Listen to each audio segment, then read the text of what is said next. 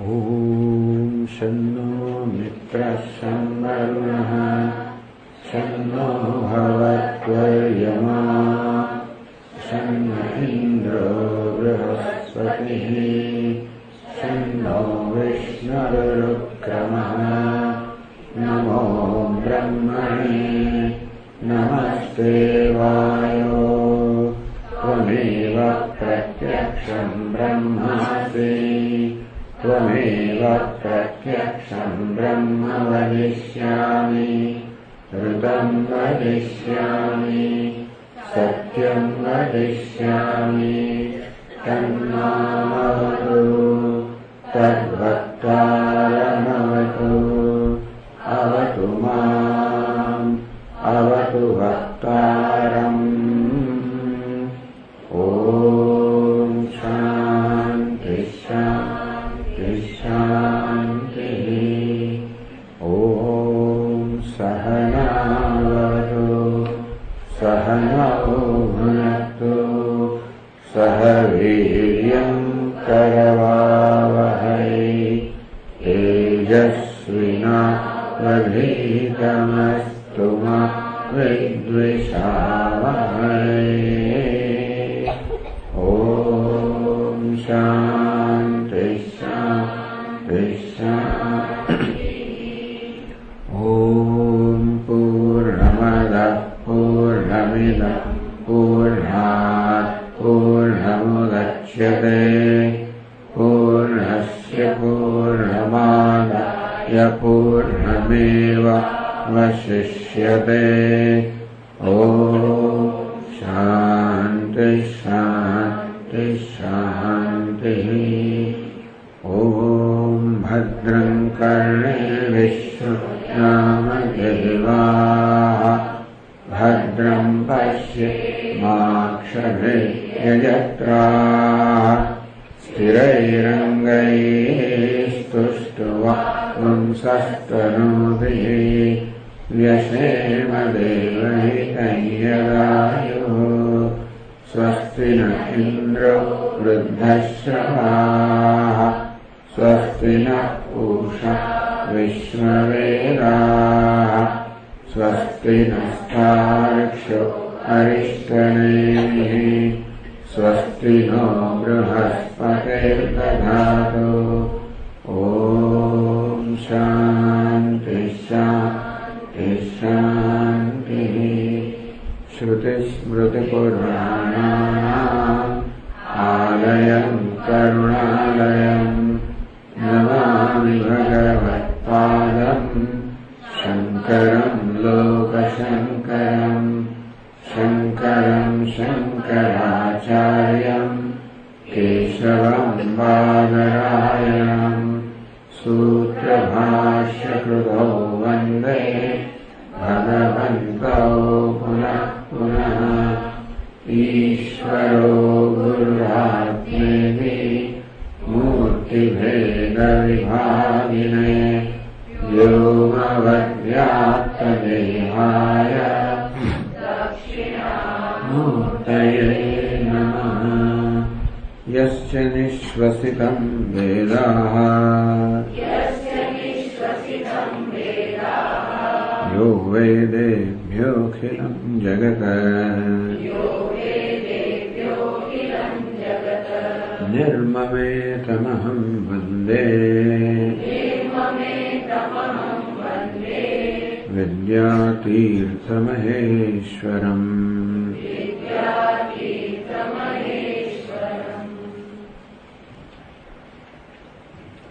संशय विपरीत मिथ्याज्ञानानां यो हेतुः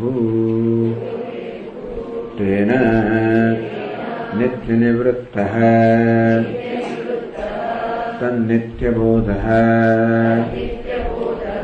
तत्स्वयमेव अवस्थितिः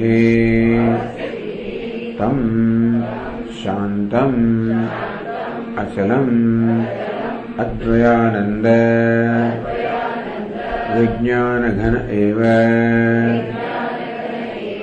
अस्मि तदेव मम परमं धाम तदेव च शिखा तदेव उपवीतं च परमात्मात्मनोः एकत्वज्ञानेन तयोः भेद एव विभग्नः सा संध्या सर्वान् कामान् परित्यज्य अद्वैते परमास्थितिः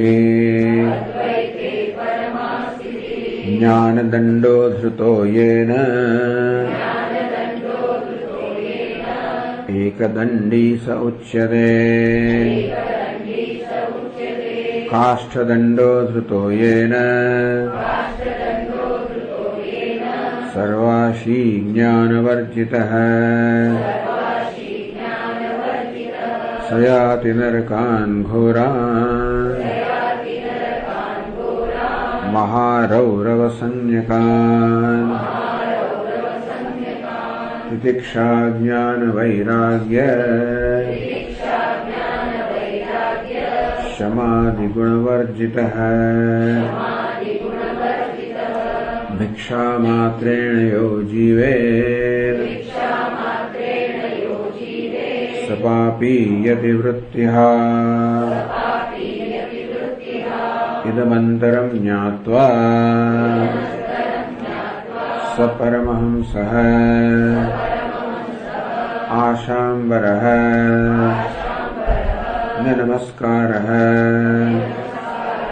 न स्वधाकारः न निन्दा न स्तुतिः यादृच्छिको भवेत् भिक्षुः न आवाहनम् न विसर्जनम् न मन्त्रम् न ध्यानम् न उपासनम् न लक्ष्यम् न अलक्ष्यम् न पृथक् न अपृथक् न च अहम् न त्वम् न च सर्वम् न च अनिकेतस्थितिरेव स भिक्षुः सवर्णादि नैव परिग्रहेत् न लोकम् न अवलोकम् च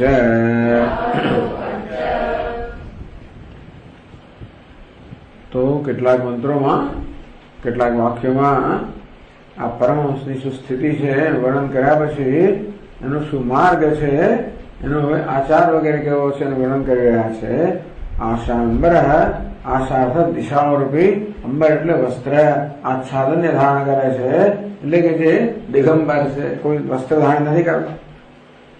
ને નમસ્કાર કે એને કોઈને એ નમસ્કાર કોઈ નમસ્કાર તો એનું વર્ણન છે એ કોઈ નમસ્કાર કરતો નથી એટલે કે અભિમાનને કારણે નમસ્કાર નહીં કરતો એવું નહીં એ નમસ્કાર કરવાની જરૂરત જણાતી નથી. નમસ્કારની જરૂર ક્યારે જણાય કોઈક આપણાથી મોટું છે ચડિયાતું છે જ્ઞાન વૃદ્ધ તપોવૃદ્ધ વયોવૃદ્ધ હું એ બધી રીતે હું એનાથી નાનો છું ઉતરતો છું તો નમસ્કાર થાય. પણ આ બધું પણ હંમેશા ઉપાધિના સ્તરે જ છે ને. કોઈ જ્ઞાન વૃદ્ધ છે તપોવૃદ્ધ છે વયોવૃદ્ધ છે વગેરે એ પણ ઉપાધિના ધર્મ છે અને હું મારું જ્ઞાન વય તપસ ઓછું છે એ પણ ઉપાધિના ધર્મ છે. એટલે બીજા કોઈને પોતાને કે બીજા કોઈને પણ ઉપાધિના સ્તરથી એ માપતો હોય તો પછી આ નમસ્કાર કરવાનો પ્રશ્ન ઉપસ્થિત થાય. એટલે ન નમસ્કાર અર્થાત એ કોઈ નમસ્કાર કરતો નથી એમ નહીં, પોતાની સ્થિતિ છે જે સ્થિતિ છે એ પ્રમાણેનો વ્યવહાર છે. આ માર્ગ અને વ્યવહારનું જે વર્ણન કરવામાં આવે છે એની આંતરિક સ્થિતિનું વર્ણન કરે છે. આ શાંબર કોઈ પ્રકારના વસ્ત્ર ધારણ કરતો નથી, એમાં નિર્લજ્જ રહેવો એવો કોઈ હેતુ નથી. પણ એ પોતાને પોતાના દેહથી માપતો નથી. પોતાનું મૂલ્યાંકન આ દેહથી નથી કરતો કે હું પુરુષ છું, સ્ત્રી છું વગેરે. એવું જ્યાં સુધી થાય ત્યાં સુધી તો લોક લજ્જા માટે એટલે આગળના સંન્યાસને કહેવામાં તો એને કૌપિન ધારણ કરવું જોઈએ, વસ્ત્રનું આચ્છાદન હોવું જોઈએ વગેરે.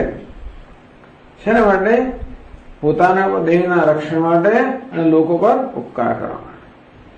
એટલે એવું જ્યાં સુધી હોય જયારે હું ભિક્ષુ છું, પરમહંસ, એવું કઈ પ્રકારનું જયારે સભાનતા હોય, કઈક અભિમાન હોય, ત્યારે એ બધું બરાબર છે. પણ પરમહંસ એવું પણ અભિમાન ના હોય તો એટલે આગળ એમ કહેવામાં આવ્યું કે ભાઈ આ જ્ઞાની જીવન મુક્ત પુરુષ છે તો ન ઉપજનમ સ્મરણ નજીકમાં દેહ છે એનું પણ એને સ્મરણ થતું નથી. એટલે કે આ દેહ આ જોઈને મારો જ એવું થતું નથી. બીજા કોઈનો દેહ જોવે એને કેવા પ્રકારની એને વૃત્તિ થાય, આ દેહ એવી વૃત્તિ થાય છે. બાકી બીજો એટલે તારો છે ને મારો આપોઆપ જ આ દેહ સાથેના એ પ્રકારના સંબંધો છે. સંસ્કાર હોય ત્યાં સુધી આ દેહનું જે કઈ યોગ્ય વ્યવહાર કરવો છે એવો સંસ્કાર જ જતા રહે. એટલે મારો દેહ છે માટે એને કઈક કરવું જોઈએ એવું એના મનમાં છે નહીં. માટે આશાંબરા ટૂંકમાં દિગંબર છે એટલે કે જેને દેહનું કોઈ પ્રકારની આસક્તિ નથી કે કોઈ પ્રકારનું દેહમાં અભિમાન નથી. બહુ મહત્વની એ અગત્યની વસ્તુ છે. એ શું કપડાં પહેરે નથી પહેરતો કરતા એની આંતરિક સ્થિતિનું આ બધો બહારનો જે વ્યવહાર કહો કે આચાર કહો એ બધો એની આંતરિક સ્થિતિનું દર્શન કરાવે છે. ન સ્વધાકાર પિતૃઓને અર્પણ કરવામાં આવે ત્યારે સ્વધા એમ બોલીને અર્પણ થતું હોય છે. કે સ્વાહા દેવતાઓને અર્પણ કરવામાં આવે એવું સ્વાહાકાર સ્વધાકાર એવું કશું એ કરતો નથી. કેમ નથી કરતો? કારણ કે કોણ પિતૃ અને કોણ વળે એટલે એવી જાતનો પણ એને ભાન નથી ને. એટલે કોઈ પ્રકારની સત્યતા છે જ નહીં કોઈ વસ્તુમાં. એટલે કશી વસ્તુને કોઈ છાપ નથી લગાવવાની કે આને પિતૃ કહેવાય, આને દેવતા કહેવાય, આને મનુષ્ય કહેવાય, આને પશુ કહેવાય વગેરે એવું કોઈ જાતના સિક્કા લાગતા નહીં એના મગજમાં. સર્વત્ર જે આત્મા હોય જોતો હોય એને આવા કોઈ મનમાં એટલે ટૂંકમાં આપણે જયારે વસ્તુ જોઈ ત્યારે મનમાં કેવો તરત ખ્યાલ જન્મે આ સ્ત્રી છે, આ પુરુષ છે, આ વૃક્ષ છે, આ પશુ છે, આ કૂતરું છે, આ વાંદરો છે. એટલે આપણા મનમાં તરત એ પ્રકારનો વ્યવહાર પછી થઈ જાય. આ પ્રકારની તરત છાપ લાગે. એટલે આપણી બુદ્ધિ હંમેશા જે કે વસ્તુનો આપણે અનુભવ કરીએ એનું પહેલા અર્થઘટન કરે, એનું પહેલા છાપ લગાવે અને પછી આપણો વ્યવહાર થાય. તો આ કેવી છાપ લગાવતો હશે અને આવો વ્યવહાર છે આપણે એની છાપ શું લગાવતો હશે એનું અનુમાન કરવાનું છે. એની મનમાં એવું છાપ જન્મતી જ નથી કે આ વૃક્ષ છે ને હું છું વગેરે. આવો દ્વૈત ભાવ જન્મતો જ નથી. અને તેથી પિતૃઓ છે એટલે એમને તર્પણ કરવું જોઈએ, મારે તર્પણ કરવું જોઈએ, મારે પિતૃઓનો અનુગ્રહ પ્રાપ્ત કરવો છે. આવી જાતનો કોઈ જાતની અંદર ગણતરી જ નથી કે મને અનુગ્રહની જરૂર હોય કે હું નામની વસ્તુ હોય. એ જ કે છે ન ચ અહમ ન ત્વમ ન ચ સર્વમ. અહીં જોઈને હું એવો ખ્યાલ જન્મતો નથી. અરીસામાં જોયું એટલે આપણે આ બધું જે આપણે ખ્યાલ જન્મે ને કે આ તો હું છું, સ્વામી છું, આમ વ્યવસ્થિત કરી દે. એટલે દેહને જોઈને આપણે કેવો ખ્યાલ જન્મે? બીજાને જોઈને તરત ખ્યાલ કે તું સર્વ એ કઈ દુનિયામાં જ ભગવાન એને આ જોઈને હું એવો ખ્યાલ. હું એટલે મેં કહ્યું ને ગઈકાલે જેમાં તુનો અને અન્યનો સમાવેશ થતો નથી એ પ્રકારનો હું. એવું હું એમાં રહ્યો જ નથી. એવો હું હોય જે બીજા બધા કરતા જુદો હોય તો ભાઈ તું નો ખ્યાલ આવે અને તો ભાઈ સર્વનો ખ્યાલ આવે. આ બધા ખ્યાલ શું બતાવે છે? આપણી બુદ્ધિના અર્થઘટન બતાવે છે. આવું છે એવું નથી. ખરેખર એવું નથી કે આ છે ને એ જોતો નથી. આ છે જ નહીં ખરેખર. આપણે જે બધી છાપો લગાવે છે હું તું ને બધું આપણે એને સાચું માનીએ ને વ્યવહાર કરીએ ને બરોબર છે, પણ છતાં એક અમુક દ્રષ્ટિબિંદુથી છે. કયો દ્રષ્ટિબિંદુ? કે હું આ ઉપાધિ પૂરતો મર્યાદિત છું, હું વ્યક્તિ છું, અન્ય કરતા જુદો છું. આ પ્રકારનો પહેલા ખ્યાલ બાંધ્યા પછી બાકીના બધા ખ્યાલ જન્મે. પણ આ ખ્યાલ જ જ્યાં ના હોય છે કે ચૈતન્ય આ ઉપાધિમાં બંધાયેલો નથી, મર્યાદિત નથી. અને તો પછી આ ઉપાધિ ને પેલી ઉપાધિ એ તો બધા અનેક પ્રકારના બધા ઘડાઓ છે આકાશની અંદર. પણ આકાશને એવું નથી હોતું કે ભાઈ આ હું ના તું. આ ઘટાકાશ હોય એ કે બીજા ઘટાકાશને કે આ હું અને આ તું. પણ આકાશ એવું ક્યાં ખરું? આ ઘડા આપણે કહીએ ઘટાકાશ, પણ આકાશને એવું નથી. આ હું, આ તું, આ બીજા, જેમાં આકાશનો ખ્યાલ ના હોય તેવી રીતે ચૈતન્યમાં હું, તું, આ બધાને ઉજાડનારું બધાને, એટલે એવું ચૈતન્ય ઘન. એટલે કે એવું પણ નથી કે ચૈતન્ય સિવાય કશું હોય, એવું પણ નથી કે ઘડો આકાશમાં કે વિભાગ કરતો હોય અને ઘડાની અંદરનો આકાશ, ઘડાની બહારનો આકાશ વિભાગ આપણા મનમાં થાય છે. આ ઘડો કે આકાશમાં વિભાગ કરતો નથી, એટલે આકાશમાં અંદર મારો કોઈ ખ્યાલ જ નથી.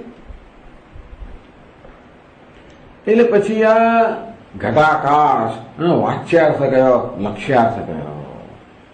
તો ઘડાની અંદર રહેલો આકાશ એનો વાચ્યાર્થ છે અને મહાકાશ લક્ષ્યાર્થ છે. અને મહાકાશ વાચ્યાર્થ છે અને પેલું લક્ષ્યાર્થ છે. આકાશ ના બધું હોય જ્યાં સુધી હું ઘટાકાશ છું એ પ્રકારનો ખ્યાલ હોય ત્યાં સુધી વાચ્યાર્થ લક્ષ્યાર્થ બધું હોય. આકાશ ને એવું કઈ હોય શું? વાચ્યાર્થ. વાચ્યાર્થ તો અર્થો હોય તો ને પ્રશ્ન. એટલે અર્થો હોય તો વાચ્યાર્થ અને પછી લક્ષ્યાર્થ. પૃથક અપૃથક. આ ઘટાકાશ મહાકાશથી પૃથક છે અને મહાકાશ એટલે ઘટાકાશનો વાચ્યાર્થ. એટલે ઘડામાં રહેલો આકાશ એ મહાકાશથી જુદું છે અને ઘટાકાશનો લક્ષ્યાર્થ એ મહાકાશથી જુદો નથી. ટૂંકમાં તમે કલ્પના કરો, એ બધા ખ્યાલ આવે છે કે આ બધા વિચારો જે છે એ પણ રહેતા નથી. હા, આપણે જયારે બધા મહાવાક્ય પર વિચાર કરતા હોઈએ ત્યારે આ બધું બરાબર છે, પણ હંમેશા વાચ્યાર્થ આ બધી વસ્તુ રહેતી નથી. જેવું આ ઉપાધિમાંથી તાદાત્મ્ય ગયું, ચૈતન્યમાં તાદાત્મ્ય હોય ત્યાં હું, તું, સર્વ, વાચ્યાર્થ, લક્ષ્ય આવો કોઈ ભેદ રહેતો જ નથી. અને પછી એ કોની પૂજા કરે? આવાહન, દેવતાનું આવાહન કરવું. કયા દેવતા? અન્ય સૌ અન્યોહમિતિ ન સ વેદ પશુરેવ સ દેવાનામ. એ તો દેવતા જુદા છે, હું જુદો છું, એ તો જાણતો નથી, એમનામાં અવિદ્યા. પણ દેવતા નામની વસ્તુ શું? દેવતા કોને કહેવાનું? ઘડો કોને કહેવાનો? આકાશ પણ તો ઘડો પણ નથી, કારણ કે જે છે ઘડો પણ શું છે ખબર છે? આકાશ જ છે. આકાશ વાયુ, અગ્નિ, જળ, પૃથ્વી એ બધી ઘડો.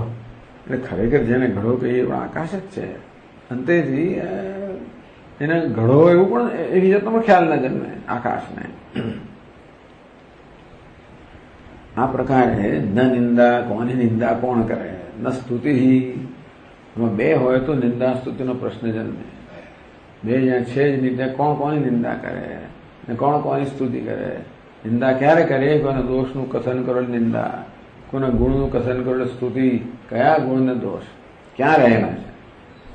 ચૈતન્ય ગુણ પણ ન સ્પર્શે, દોષ પણ ન સ્પર્શે. અંતેથી કશું નિંદા યોગ્ય નથી, કશું સ્તુતિ યોગ્ય નથી. યતે યાદૃચ્છિકો હોય, જેમ ફાવે તેમ વર્તે જાય. ફાવે વર્તે એટલે ટૂંકમાં આવી આપણે જયારે વર્તીએ ત્યારે બધી વસ્તુને ધ્યાનમાં લઈને વર્તતા હોઈએ છીએ. આ હું છું, આ તું છે, આ પુરુષ છે, આ સ્ત્રી છે, આ ફલાણું છે, ઢીકણું છે, આ ધર્મ છે, આ ધર્મ છે, આ યોગ્ય છે, અયોગ્ય છે, સાચું છે, ખોટું છે, ખવાય ના ખવાય, પીવાય ના પીવાય.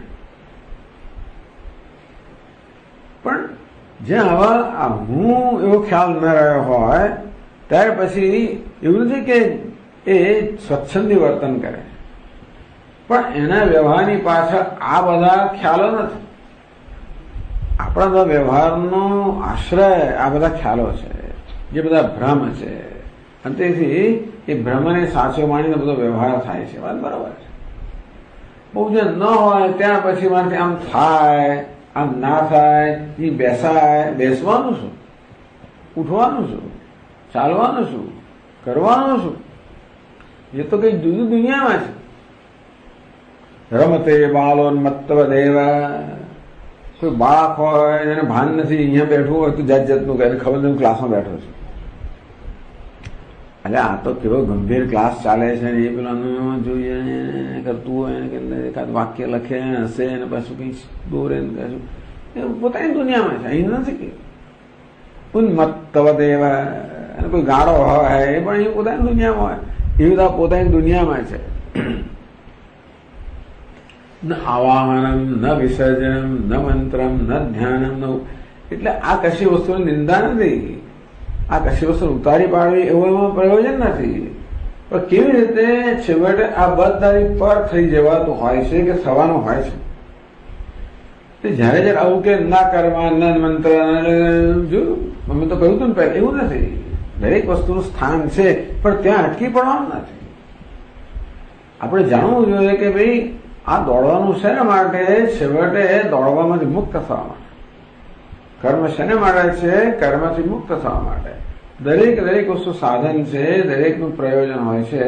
એ પોતાનું પ્રયોજન પૂરું કરે એટલે સાધન ચરિતાર્થ થઈ ગયું, પછી એનો ઉપયોગ રહેતો નથી. એમ હવે એનો ઉપયોગ એની સભાનતા નથી. તેથી એટલે આમ કહેવાય યાદૃચ્છકો ભવે, જાણે કે એ પોતાની દુનિયાને કોણ ચલાવે છે એનું કામ, તો કે કોઈ બીજું ચલાવે, પોતે નહીં કરતો. ભલે આપણે કહીએ કે એ નિર્બંધ વર્તે છે, પણ એ પોતે વર્તતો હોય તો ને. આપણે એમ કહીએ કે ભગવાન ભગવાન નામની વસ્તુ જુદી નથી, એટલે ચાલે છે પ્રારબ્ધના શરીર, કારણ કે એ તો કશું કરતો જ નથી. ભલે આપણે યાદૃચ્છિકો હોય કહીએ કે નિર્બંધ કે સ્વતંત્ર રીતે સ્વચ્છંદ વર્તે, એ વર્તતો હોય તો ને. એનું વર્તન જેનું સંચાલન કોણ કરે છે? પ્રારબ્ધાય સમર્પિતમ સ્વપુઃ, જેનું આ ઉપાધિ પ્રારબ્ધને સમર્પિત થઈ ગઈ છે. પ્રારબ્ધ જે કરવું એ કરતું હોય, એને ખબર નથી શું ચાલી રહ્યું છે. એટલે કે આપણને વ્યવહાર કરતો જણાતો હોવા છતાં પણ એ સંપૂર્ણ અંતર્મુખ છે.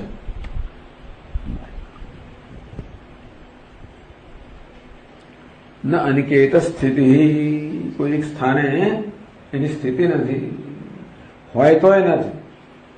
એટલે એમ ન માનો કે આ કોઈ પ્રકારના વર્તનનું વર્ણન છે. આ ખરેખર તો એની આંતરિક સ્થિતિનું વર્ણન છે. એક જગ્યાએ રહે એટલે એને આસક્તિ છે ને બધું એવું પણ માનવાનું નહીં. આપણે ટૂંકમાં બીજા કોઈ લોકોને એમના વર્તનથી આપણે માપવા નહીં. આપણે તો આમાંથી આપણે શું શીખવાનું? સામાન્ય રીતે આપણે એવી જાતની વૃત્તિ હોય કે આપણે જોઈએ કે હા જો આમ કરે છે ને, જોયું પેલા, એનો કઈ અર્થ નથી. સ્તુતિ નિંદાનો અર્થ નથી. હા, કઈ શીખવાનો તો શીખો છે ખરા. બીજા વર્તે આપણે જોવાનું ખરું, સમજવાનું શેના માટે, શું શીખવાનું છે અને શું છોડવાનું છે, બંને શીખાય. અન્યમાંથી શું કરવું જોઈએ અને શું ના કરવું જોઈએ એવું બોધ લેવા માટે બરાબર છે. સ્તુતિ નિંદા માટે નહીં, ભ્રાણ કરસ છાપ લગાવવા માટે નહીં. એમાં શું મળવાનું છે? આ બધી વ્યર્થ વસ્તુઓ છે. આમ તો સાધકે છે ને એને કરકસર બહુ કરવી જોઈએ. ઇકોનોમિકલ, ફ્રુગલ.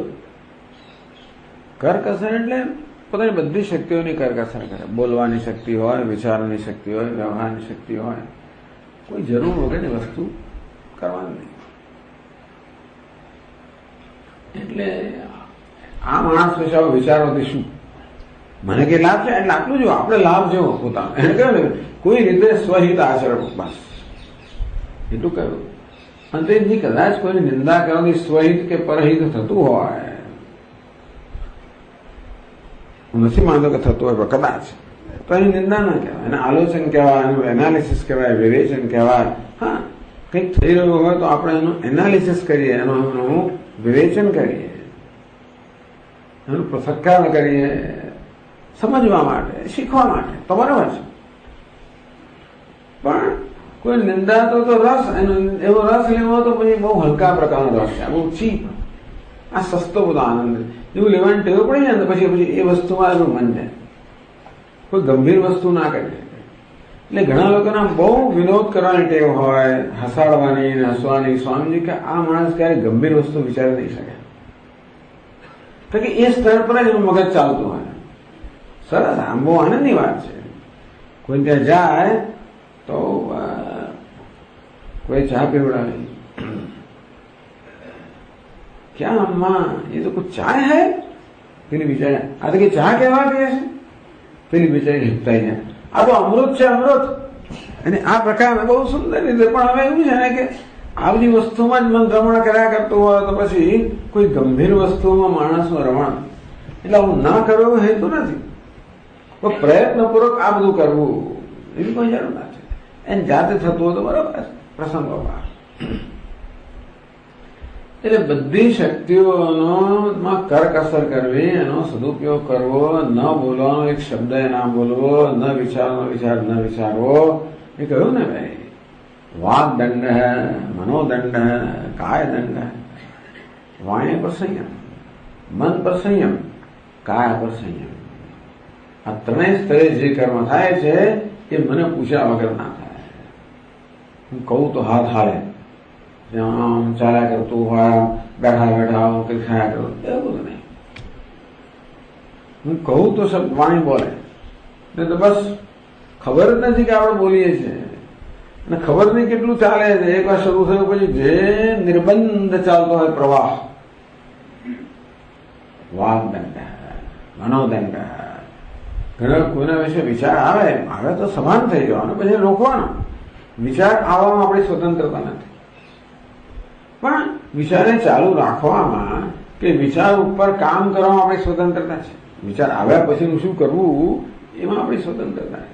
વિચાર આવ્યો કોઈ સંસ્કારને કારણે, વાસનાને કારણે, ગમે તે કહેવાય, તો પછી એનું શું કરવું? તો કે નહીં, મન આ બધામાં આપણને આપણે પરવડે નહીં, આવું વિચારવું આપણે પરવડે નહીં. કેમ કે તો આપણે દૂષિત થઈએ છીએ. આપણે આપણા હિતનું જોવું હંમેશા કે આમાં મારું હિત છે, એટલે આધ્યાત્મિક હિત. એ ન હોય તો વસ્તુ છોડવી છે. આ બધું બહુ આમ તો વર્ણન એવું બધું જોરદાર કરવામાં આવે છે કે આપણે ધ્રુજિત જેવા છે ને, પણ મુખ્ય વસ્તુ એ છે ને એ જમાનામાં જે ચાલતું, એટલે એમ કરીને અત્યારે આપણા વર્તનને સમર્થન આપવું પણ યોગ્ય નથી. પછી આ બધાની પાછળનું પ્રયોજન એ છે કે આપણે સાવધાન રહીએ, હંમેશા આપણા ધ્યેયથી સાવધાન રહીએ. કારણ કે દરેક પ્રવૃત્તિમાં એવી સંભાવના છે કે પૂર્વ વાસનાઓ કે સંસ્કાર કે રાગ દ્વેષને કારણે આપણું મન ક્યાંક એકને બદલે આડે પાટે ચડી જવાની બધી સંભાવના છે. આડે પાટે ચડવાની સંભાવના હંમેશા રહી છે. એટલે ક્યારે પણ મન પર એની સાવધાની કે એની ચોકી છોડવી નહીં, ચોકીદારી કરવી, અને છૂટું ના મળતું, અને બહુ વહેમ ના રાખવા કે મને જરૂર નથી. એટલે ન જરૂર હોય તો વાંધો નહીં, સારું છે, પણ આપણે ચોકીદારી છોડવી નહીં.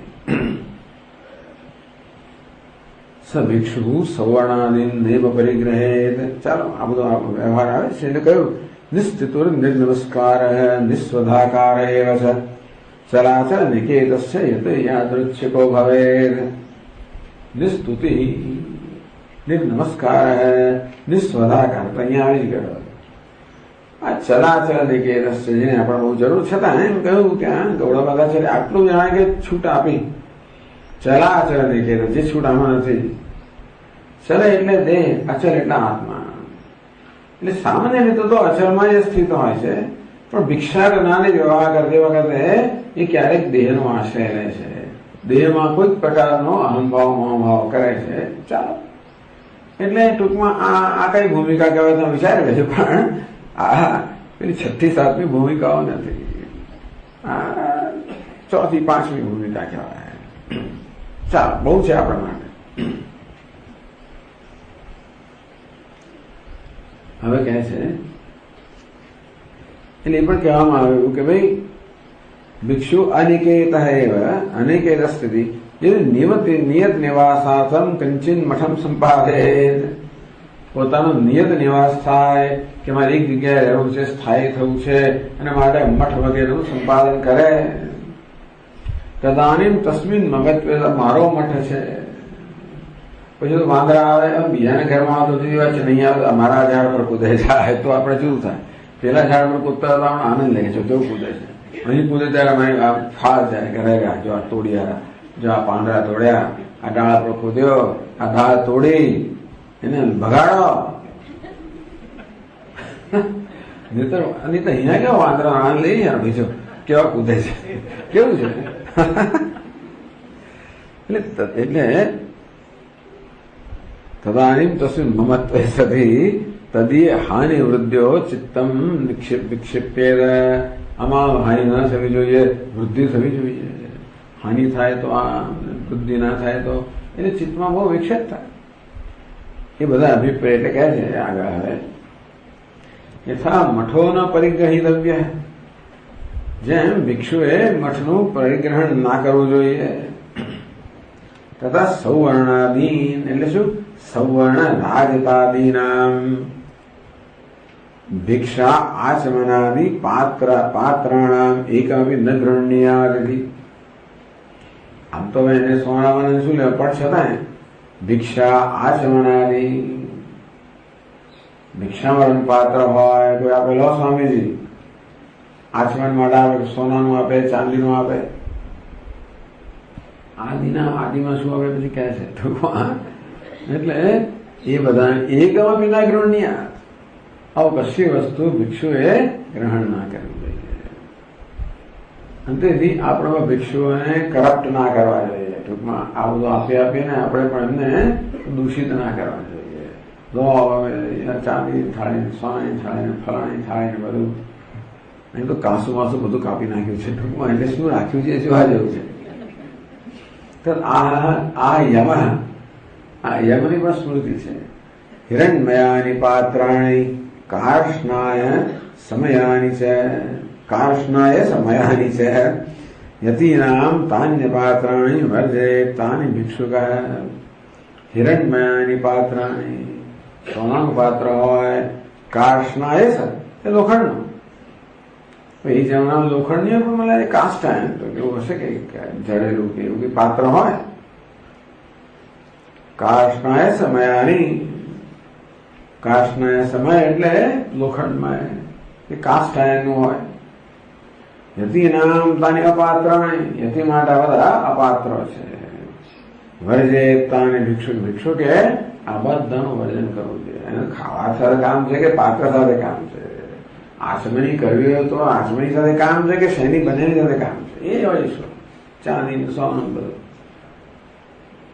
પોતાના માટે નહીં કરો, ભગવાન માટે કરો. ભગવાન તો ભગવાન તો જુદી વાત છે. તમને એવો શોખ હોય ભગવાન માટે એટલો બધો પ્રેમ ને ભાવ છે કે નહીં ભગવાનને તો આવું જ આપવાનું, એમને ચાંદીનું જ આપણે સોનાનો. ચાલો આ તો પોતાના માટે વાત છે. મનુ આપી બધી વસ્તુ મનુસ્મૃતિમાં હોય. અતૈસાની પાત્રાણી તસ્ય સ્યુઃ નિર્વ્રણાની છે. તેષામ અહીંયા આગળ મૃદ્ભિ સ્મૃતમ શૌચમ, ત્યાં અહીંયા અદ્ભિ સ્મૃતમ શૌચમ ચમસાના ઇવાધ્વરે. અતૈસાની પાત્રાણી. તૈજસ એટલે તેજ આવતું હોય, ચળકાટવાળી ધાતુઓ, સોનું ચાંદી તાંબુ બધું આવી ગયું. અતૈજસાની ચળકાટવાળી જે ધાતુઓ હોય તસ્ય સ્યુઃ અતૈજસાની. એના જે પાત્ર હોય બધા તેજ વગરના, ચળકાટ વગરના હોય. નિર્વ્રણાની છે, એમાં કોઈ છિદ્ર ના હોય. બરોબર છે. એના પાત્રમાં ને બધું બહાર નીકળી જાય એવું થાય. એટલે છિદ્ર વગરનું પાત્ર, ખંડિત નહીં હોવું જોઈએ. સાથે એટલે છિદ્ર વગરનું, સાથે સાથે ચળકાટ વાળું નહીં હોવું જોઈએ. અને કેવું પાત્ર હોવું જોઈએ જેથી એને ચોખ્ખું કરી શકાય. આપણે ત્યાં તેષામ મૃદ્ભિ સ્મૃતમ શૌચમ. આ બધા પાત્રોનું માટીથી સાફ કરવા. અહીં લખ્યું અદ્ભિ સ્મૃતમ શૌચમ, જળથી સાફ કરવા. કે ચમસાનામ એવા અધ્વરે.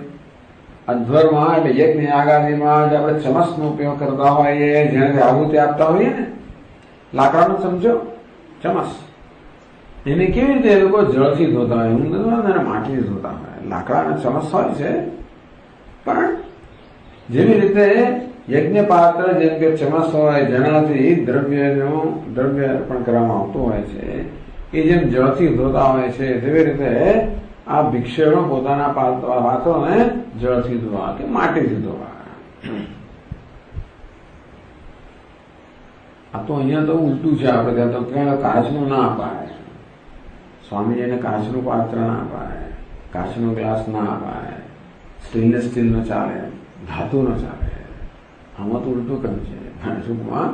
હવે એ પાછું એને માટેનું એવી જાતનું કારણ આપવામાં આવે છે કે ભાઈ હંમેશા આપણે સ્વામીજી જે વાપરતા હોય એ વસ્તુ નવી હોવી જોઈએ કે શુદ્ધ હોવી જોઈએ.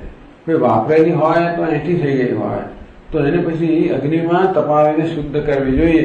એટલે પછી માટી વાટી તો અગ્નિમાં તપાવી ન શકાય, એટલે પછી ધાતુનું પાત્ર. એમાં સોનું ચાંદી ને પણ કાંસુ વગેરે હોય તો ધાતુનું પાત્ર એટલા માટે રાખે. એ જમાનામાં હવે તો ત્યારે સ્ટેનલેસ સ્ટીલ હતું નહીં, પણ હવે છે. એટલે હવે સ્ટેનલેસ સ્ટીલ માટે શું આપણે કોઈ રેફરન્સ નથી, કાંઈ હતું નહીં મનુના જમાનામાં. એટલે ચાલો માની લો કે છે. એટલે એટલા માટે આવું ધાતુનું પાત્ર નક્કી થયેલું કે શુચિ બહુ મહત્વની, પવિત્રતા મહત્વની, ખાલી માત્ર સ્વચ્છતા નહીં, પવિત્રતા પણ મહત્વની છે. એટલે આપણી સંસ્કૃતિમાં સ્વચ્છતા ઉપરાંત પવિત્રતાને બહુ મહત્વ આપવામાં આવે છે. એટલે ઘણા બધા સ્પર્શના બધા નિયમો છે જે બીજા બધા લોકોને ત્યાં નથી હોતા, એને સમજતા નહીં કે શું કરવું, કેટલું વાર હાથ ધોવાનું, શું અડકવાનું, પેલું નહીં કરવાનું, પછી ખાધા પછી મોં ધોવાનું. એવું આપણે તો બીજા લોકો આશ્ચર્ય શું કરે છે. હવે એ તો બધા આપણે સ્વામી છે એટલે વાંધો નહીં, પણ એવું બધું પણ કોઈ એટલે જમ્યા પછી મોં આપણે તો એઠું કશું પણ કંઈ મોંમાં ગયું એટલે પછી મોં ધોવું જ પડે. એટલે મને પેલો બાળક પૂછે કે સ્વામી પાણી પીધા બાદ તો મોં ધોવો ખરા? હું એ પ્રશ્ન ખરો. બધું કહે ચા પીધા પછી મોં ધોવો, દૂધ પીધા પછી ધોવો, તો પાણી પીધા પછી ધોવો ખરા? એ તો શું થઈ ગયું? ઇન્ફિનિટ રિગ્રેશન થઈ ગયું. એટલે શું છે? અનવસ્થા દોષ. પાણી પીધા પછી પાણી દીધું એટલે પછી પાણી પીધા પછી અનવસ્થા દોષ થઈ ગયો. એટલે પછી પાણી પીધા પછી નહીં ધોતા. બાકી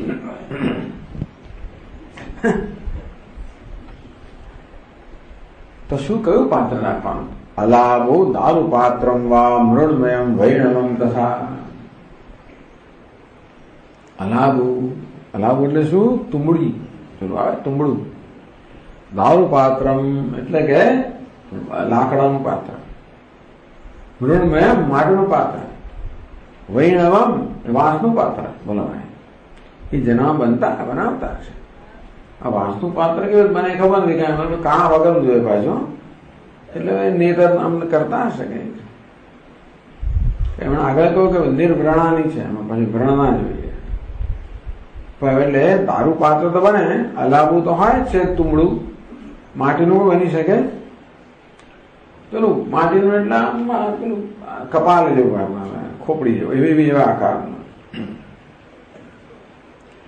એતાની અતિ પાત્રાણી મનુસ્વયંભો બ્રવીહિત. મનુસ્મૃતિમાં જ કહે છે આ બધા યતિ અર્થાત તો યતિ નામ ભિક્ષા પાત્રાણી. વૈદલમ, અહીંયા વૈદલમ લખ્યું છે. વૈદલમ તરુત્વમ નિર્મિતમ ઇતિ ગોવિંદરાજ. તરુત્વમ નિર્મિતમ. વૈદલમ એટલે અહીંયા વૈદલમ લખ્યું છે, અહીંયા વૈણવમ લખ્યું છે. તો વૈદલમ એટલે ઝાડની છાલમાંથી બનાવેલું પાત્ર. એ સમજાય એવી વસ્તુ છે. વાંસમાંથી બનાવેલું કરતા વૈદલમ તરુત્વમ નિર્મિતમ ઇતિ ગોવિંદરાજની ટીકા છે. કુલમાં આ પાછી કુલ્લુક પછી ગોવિંદરાજામાં કોટ કરે છે. એટલે ઝાડની છાલમાંથી બનાવેલું પાત્ર. એ ટૂંકમાં જે બધું જંગલમાં બીજે મળી રહેતી વસ્તુઓ હોય એ તુંબડું પણ મળી રહે, લાકડું પણ મળી રહે, માટી પણ મળી રહે, આવું પણ મળી રહે. એ તાણી અતિ પાત્રાણી. આ પ્રકારે મનુ મહારાજે કહ્યું છે. બોધાયનોપી. બોધાયને કહ્યું છે. બધાની સ્મૃતિ વળી પાછું. સ્વયં અમૃત પરણેશુ સ્વયં શીર્ણેશુ આ પુનઃ ભુંજીતા. એને શેમાં ભોજન કરવું છે? પાંદડામાં ભોજન કરવું છે. સ્વયં આ પોતે જે લઈ આવેલા પાંદડા હોય એ પાથરીને એમાં ભોજન કરવું છે. અથવા સ્વયં શીર્ણેશુ, એની જાતે પડી ગયા એટલે અહિંસાનું વ્રત. પડી ગયેલા પાંદડા એ પોતે તોડવાના પણ નહીં, અને ફળ પણ જે વૃક્ષ પરથી પડી ગયા હોય એ ફળ ખાવાના. એટલે આ ઋષિઓનું જીવન અત્યંત અહિંસામાં આ રીતે હતું. કંદમૂળ અને ફળ આ બધું ખાય એ પણ પાછા એને કોઈ જાતની ઈજા ના પહોંચાડે બને ત્યાં સુધી. તેમ પાંદડા પણ જાતે પડી ગયા હોય એને કઈ સીવી લે કે એને આમ પાછી દે અને પછી ખાઈ લે. ટૂંકમાં આ બધી વસ્તુઓનું કોઈ મહત્વ જ નહીં. આ તો ખાલી પોતાના દેહના નિર્વાહ માટે, એથી વધારે કોઈ મહત્વ નથી. પણ એમાં કયા પાંદડા ન ખાવ? ન વટાશ્વત્થ કરંજાનામ ચ પર્ણકે, વડના પાંદડામાં નહીં, પછી પીપળાના પાંદડામાં નહીં, અને કરંજના કરંજ જુદું છે. કરંજ જુદી વસ્તુ જણાવે. હા, કચનાર, કચનાર, હા, આ પાંદડામાં નહીં, બાકીના પાંદડામાં ભોજન થાય. એટલે આમાં કઈ તકલીફ હશે એટલા માટે. ટૂંકમાં કદાચ આ બધાને ખાવાનું અડકે, ભોજન અડકે એટલે કંઈક એમાં એના પર અસર ખરાબ થતી હશે એટલા માટે ના પાડી હશે. અથવા તો પછી આ બધા પવિત્ર કેવા વટ છે, પછી પીપળો છે વગેરે, એ પણ કારણ હોય શકે. પણ એની જાતે પડેલા એનો શું વાંધો છે? પણ તે પણ નહીં. આપદ્યપીને કામસ્યેષુ મલાશી કામસ્ય ભોજન. ગમે તેટલી મુશ્કેલી આવે પણ કાંસાનું પાત્ર તો નહીં જ. બોલો, આપત્તિ આવી જાય તો પણ ન કામસ્યેષુ, કાંસાના વાસણમાં નહીં, મલાશી કામસ્ય ભોજન. કામસ્યના પાત્રમાં ભોજન કરે તો મોળ ખાય છે એવું કહેવાય. બોલો, સુવર્ણે રાજદે તામ્રે મૃણમયે ત્રિપુસીસયો, એ પણ નહીં. સોનાના પાત્રમાં નહીં, ચાંદીના પાત્રમાં નહીં, તાંબાના પાત્ર, મૃણમય, અમે માટી પણ ના પાડી દીધી. ત્રપુ એટલે કલાઈ અને શીશુ. બોલો, આટલા પાત્રમાં તો શીશુ તો આપણે જાણીએ છીએ. કલાઈની પણ ના પાડી દીધી. જેમાં કલાઈ ટીન એ ધાતુ આવતી હશે આમ તો. ત્રપુ ત્રપુન તો કળાઈ એવો કરવામાં આવે છે. પણ અહીંયા કઈ કાંસાના વાસણમાં, કાંસાના પાત્રમાં બધું, સોનાના સાયતામાના માટેના કળાઈના કે શીશાના વાસણમાં પણ ભોજન નહીં કરવું.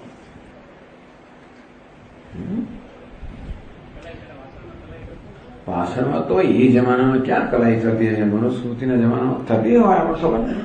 આપણે તો કરીએ છીએ પિત્તળના વાસણમાં કલાઈ કરીએ સામાન્ય રીતે. પણ પિત્તળનો અહીંયા, કાંસાનો અહીંયા ઉલ્લેખ છે. આ બધી ધાતુ એ જમાનામાં નહીં હોય, પાછળથી ધીમે ધીમે બધા વિકાસ થયો. એટલે ટૂંકમાં જયારે કહ્યું સવર્ણાની નૈવ પરિગ્રહે, ભિક્ષુને વળી સોનું વગેરે લેવાનો પ્રસંગ ક્યાં આવે? તો કે આવા પાત્રમાં જમવો નહીં આવે. એ રીતે ન લોકમ ન અવલોકમ છે. ન લોકમ એટલે શું? તથા લોકમ જનમ શિષ્ય વર્ગમ ન ગૃહણીયાત. એટલે ન ગૃહણીયાત શબ્દ લોકમ આવ્યું એવું છે. ન પરિગ્રહે તથા લોકમ ન પરિગ્રહે. લોક એટલે માણસો કે શિષ્યો. આ શિષ્ય વર્ગ પણ છે ને ન ગૃહણીયાત, કોઈને સાથે વધારે રાખવાના નહીં. શિષ્ય મિશ્ર કોઈ નહીં. તથા મનુ, બધી વસ્તુ કે એકમ એવ ચરે નિત્યમ સિદ્ધ્યર્થમ અસહાયક. એકમેવ ચરે સંન્યાસી એ છે એના માટે સિદ્ધમ અર્થ સહાયક. એક એવ, બરાબર, એક એવ ચરે નિત્યમ સિદ્ધ્યર્થમ અસહાયક, અસહાયવાન. કોઈના સંગ રહિત સંન્યાસીએ માત્ર પોતાની સિદ્ધિ જે મોક્ષ છે, મોક્ષને ધ્યાનમાં રાખીને સંન્યાસી કોઈના પણ સંગ વગર એકલા જ મોક્ષ માટે ચાલી નીકળે. એટલે ઘરની બહાર ચાલી જાય તો કોઈને સાથે લઈને. આ તો ઘરની બહાર જવાની વાત છે. એક એવ ચરે નિત્યમ સિદ્ધ્યર્થમ અસહાયક. ઘરની બહાર ને કોઈ પણ જગ્યાએ ચાલતો હોય ત્યારે મોક્ષને ધ્યાનમાં રાખીને બીજા કોઈને સાથે રાખ્યા વગર એકલો જ ચાલી જાય. એટલે ઘરમાંથી નીકળી જાય, ઘરમાં રહે તો પણ સિદ્ધિ મેકસ્ય પશ્યની તજ્જહાતિ નહીં હતે. एकस्य सर्वसंग विलयेन मोक्षवाप्ति भवति इति કે જેમ એક હોય તો જ મોક્ષની પ્રાપ્તિ થાય. એક એવ સંગ વિરહિણ, કોઈ પ્રકારના સંગથી રહિત હોય એવા એકલાને જ મોક્ષની સિદ્ધિ થાય છે. ઇતિ જાણન છે ને, એટલે સિદ્ધિમ એકસ્ય પશ્યન, એક છે એને સિદ્ધિ પ્રાપ્ત થાય, એને મોક્ષ પ્રાપ્ત. પશ્યન જાણન, આ પ્રકારે વસ્તુ જાણીને ધ્યાનમાં રાખીને. એક એવ સર્વદાપી મોક્ષાર્થમ ચરેત, એ તો વિચરણ કરે છે માટે મોક્ષ માટે, અંતે પણ એકલો જ મોક્ષ માટે જ વિચરણ કરે. એક એવ ઇત્યનેન પૂર્વ પરિચિત પુત્રાદિ ત્યાગ ઉચ્ચતે. એકલો જ એટલે શું? પહેલાનો પરિચિત હોય કે પુત્ર વગેરે હોય, બધાનો ત્યાગ પણ એને આવી ગયો. અસહાયવાન ઉત્તરસ્યાપી, પછી પણ અસહાયવાન, કોઈ નોકર ચાકર કશું પણ નહીં. એટલે કે જે ન જહાતે નહીં એકાકી યદિ ચરતી સકિંચિત ન ત્યજતિ ન કસ્યાપી ત્યાગેન દુઃખમાં થાય છે. એકલા હોય ને તો પછી કઈ છોડવાનો પ્રશ્ન ના આવે, કે કોઈને લેવાનો પ્રશ્ન ના આવે. એકલું શું કહ્યું તો એટલે કોઈને લેવાનો સવાલ નથી. આવું તમારી સાથે રહું. ઘણા લોકો મહેમાન થઈને આવે, જાત જાતની રીતે આવતો આપણે, હું તો એકલો છું, મારું આવું બરાબર છે, કઈ બીજા કોઈ કહી જ ના છે કે એટલે એ કહે છે કે ભાઈ એકાકી એની છે, એકલો જ જો વિચરણ કરતો હોય તો સકિંચિત નથી, એને છોડવાનો કોઈ પ્રશ્ન રહેતો નથી. ને કસ્યાપી ત્યાગ એને, આપણી સાથે કોઈ હોય અને જતું રહે, જવાની જરૂર પડી, છોડવાની જરૂર પડી તો દુઃખ થાય. એટલે કે છે ન દુઃખમ અનુભવતી, કોઈ આવે તો દુઃખ થાય, એકલા રહે કોઈ જાય તો દુઃખ થાય. એટલે આ આસક્તિ તો ક્યાં હોવી જોઈએ? ટૂંકમાં ભિક્ષુને કે સાધકને કોઈ જગ્યા કશી વસ્તુ વગર ના ચાલે, કોઈ વ્યક્તિ વગર ના ચાલે, આમ ના ચાલે. એ તો બહુ ત્રાસ વાળું છે. એનો અર્થ એ તો કે આપણે આપણા મનની શાંતિ બીજા કોઈને ચરણે ધરી દીધી. પછી બીજું કોઈ નક્કી કરે કે ભાઈ મારું મન શાંત છે કે નહીં, ક્યાંક આસક્તિ હોય, ક્યાંક જરૂરિયાત પણ હોય, તો એ વ્યક્તિની અનુકૂળતા હોય તો મનમાં શાંતિ હોય, અનુકૂળતા ન હોય તો અશાંતિ હોય. આમ આપણા મનની શાંતિ આપણે ગુમાવી દીધી. એટલે આ તો છોડવું જ ના બી કેના બી ત્યજ્યતે. હવે આપણે એકલા હોઈએ તો આપણે કોઈનો ત્યાગ કરવાનો પ્રશ્ન ના રહે, અને કોઈ આપણો ત્યાગ કરે એ પ્રશ્ન પણ ના રહે.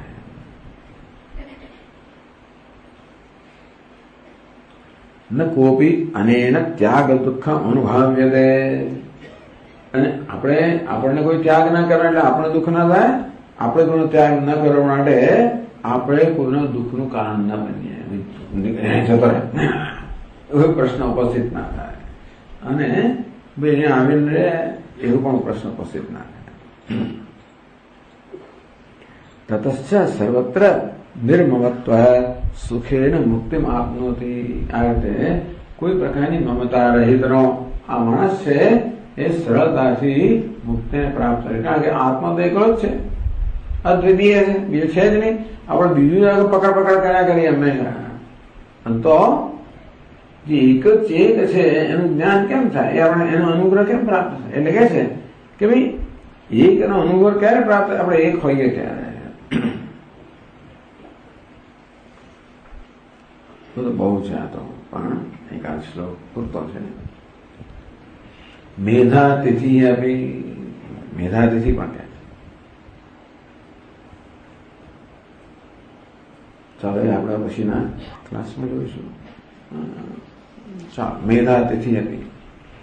આસનમ પાત્રલોપશ્ચ સંચય શિષ્ય સંગ્રહ દિવાસ્વાપો વૃથાલાપો યતેર્બંધ કરાણી ષટ. આ 6 વસ્તુઓ છે યતિને બંધન કરનારી છે.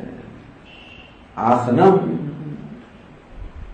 આસન બેસવું, રહેવું, સ્થિર થવું એ બંધન કરનારું છે. પાત્ર લોપશ્ચ, પોતાનો પાત્ર હોય લોપ થઈ ગયો, પાત્ર લોભ એવો પણ એક કપાટ છે. એ સંચય, આ ત્રીજું સંચય છે એ પણ બંધન કરનારું છે. શિષ્ય સંગ્રહ એ બંધન કરનારો છે. દિવા સ્વાપ, દિવસ ઊંઘવું, વૃથા લાભ અને વૃથા આલાપ કરવો, ખોટું બળબડ કરવું. યતે બંધ કરાણી શક્ત, અચ્છા જે છે એ યતિને બંધન કરનારા છે. એ પોતે સમજાવે છે કે આસન કોને કહેવાય, એટલે કયા અર્થમાં આ શબ્દો વાપરવામાં આવે છે. એ મેધાતિથિ હવે સ્મૃતિકાર છે કે ટીકાકાર છે ખબર નથી મને, પણ હવે મેધાતિથિ તો ટીકાકાર છે એવો મારો ખ્યાલ હતો, પણ સ્મૃતિકાર મળશે, જોવું પડશે. એકાહાત પરતો ગ્રામે પંચાહાત પરતઃ પુરે વર્ષાભ્યો અન્યત્ર સ્થાનમ આસનમ તદુદાહૃતમ. વર્ષાભ્ય અન્યત્ર, વર્ષા ઋતુમાં તો આપણે વાત થઈ કે વર્ષા ઋતુમાં આ ભિક્ષુ છે એક સ્થળે રહે, કારણ કે એ દિવસોની અંદર વર્ષા ઋતુમાં યાત્રા કરવી બહુ જ અઘરી હતી. રસ્તાઓ હોય નહીં, કાદો કિચડ હોય, જીવજંતુ બધા ખૂબ હોય, રોગચાળો પણ હોય વગેરે. અને તેથી એ વિચરણ કરવું અને પછી એને ભિક્ષા મળવીને બહુ મુશ્કેલ થઈ જાય. એટલે ચોમાસાના 4 મહિનામાં એક સ્થાન એ બરાબર છે. પણ એ સિવાય વર્ષાભ્ય અન્યત્ર, વર્ષા ઋતુ સિવાય એક આહાર પરતો ગ્રામે, કોઈ ગામની અંદર એક દિવસથી વધારે રહે, પંચાહાર પરતઃ પુરે, કોઈ નગરમાં 5 દિવસથી વધારે રહે, ચાતુર્માસ સિવાય ના સમય કોઈ પણ એક ગામની અંદર પણ એક દિવસ વધારે રહે કે નગરમાં 5 દિવસ વધારે રહે, એને આસન કહેવામાં આવે. આ બંધન કરનાર છે, આનું આસન. તો પાત્ર લોપ શું વસ્તુ છે?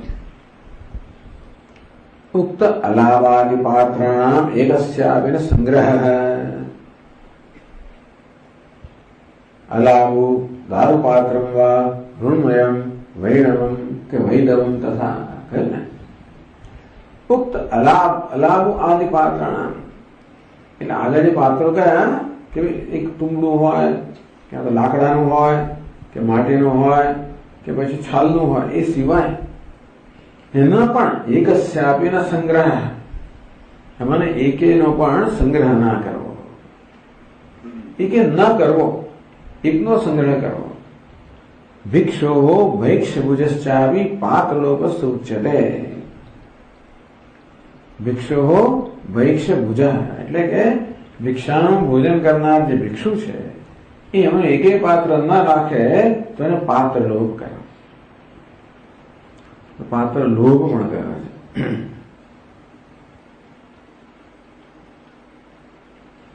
અને આમાં શું આપે છે ખબર છે કે આમાં ત્યાં નહીં હોય. ઉક્તા લાભવાદિ પાત્રાણામ એકસ્યાપિ ચ એવું કે છે સંગ્રહ. આમાં એકેનો સંગ્રહ કરો તો પાત્ર લોભ કહેવાય. એ ઉલટું થઈ ગયું. અહીં કહે છે નકાર હોય તો એકેનો પણ સંગ્રહ ન કરો તો પાત્ર લોભ થઈ ગયો. બીજું કહે છે કે અમે એકેનો સંગ્રહ કરો તો પાત્ર લોભ થઈ ગયો. ચાલો, એકનો સંગ્રહ જરૂરી છે. પાત્ર લોપ સંચય ગૃહીતસ્ય દંડાદે દ્વિતીયસ્ય પરિગ્રહ. એક દંડ તો ધારણ કર્યો છે તો બીજો પણ રાખવો. શેના માટે? કાલાંતરો ભોગ, ભાઈ ભવિષ્યમાં કામ લાગશે.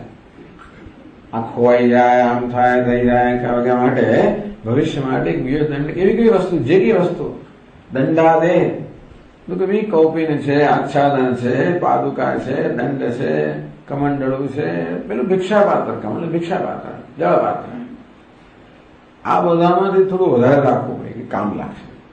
શેના માટે? કાલાંતરો ભોગાસમ, ભવિષ્યમાં કામમાં લાગશે. મને સંઘર્વું એને પરિગ્રહ કહેવામાં આવ્યો. આ પણ